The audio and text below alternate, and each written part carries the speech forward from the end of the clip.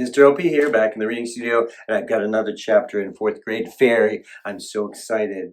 So let's get reading 4th grade fairy by Eileen Cook, chapter 2. There were 3 things I wanted for my birthday: to be an only child, to have a dog, to make a best friend of my very own. Even though I want to be an only child, there's no way my parents would get rid of my older sister. They seem to really like her. However, I was hoping the other 2 would come true. I know 2 things sounds like a lot, but it's my 10th birthday. That's a big deal. The big 1-0, double digits.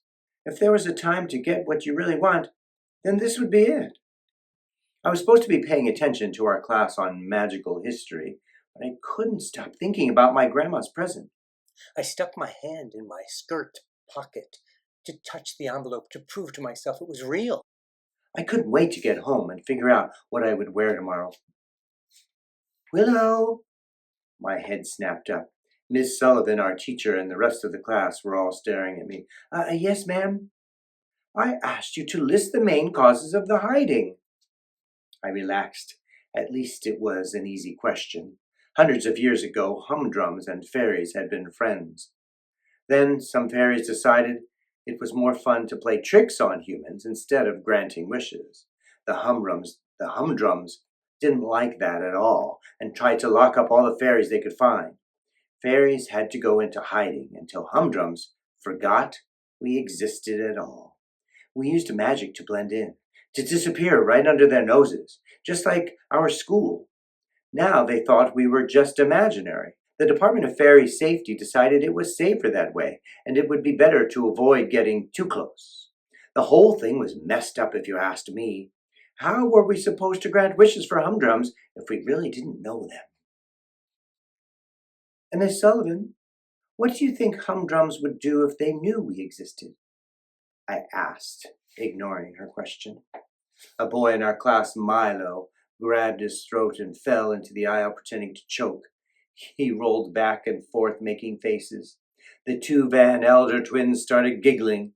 They were boy crazy, even over Milo, who used to pick his nose until last year Miss Sullivan rapped her desk with her wand and everyone went silent.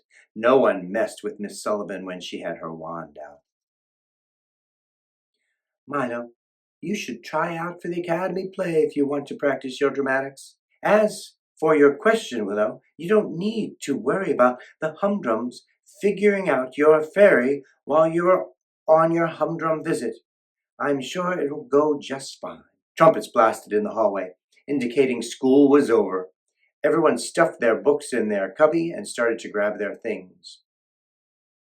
Don't forget to bring your permission slips back for the dragon farm, Miss Sullivan called out as everyone started to leave. If you don't have a slip, you can't go on the field trip. Sasha and Adele stopped at my desk. They were my best friends. They were great, but they were friends with each other first. This made them each other's best friend, and me, the extra. The only other girls in my class were the Van Elder twins. They looked alike and were always finishing each other's sentences, and there was no way I was going to be best friends with Milo, the former booger eater. This is one problem with being a fairy. There aren't enough of us to go around for everyone to have a best friend of their own. That's why I wanted to go to the humdrum school. I didn't plan to tell anyone I was a fairy, but I did plan to make a friend. After all, it was my birthday. If there was ever a time to get something I wished for, this would be it. Now, that's the end of chapter 2 in 4th grade fairy. If you want to get your own copy, check the link in the description below. And I'm Mr. LP. I'll read you soon.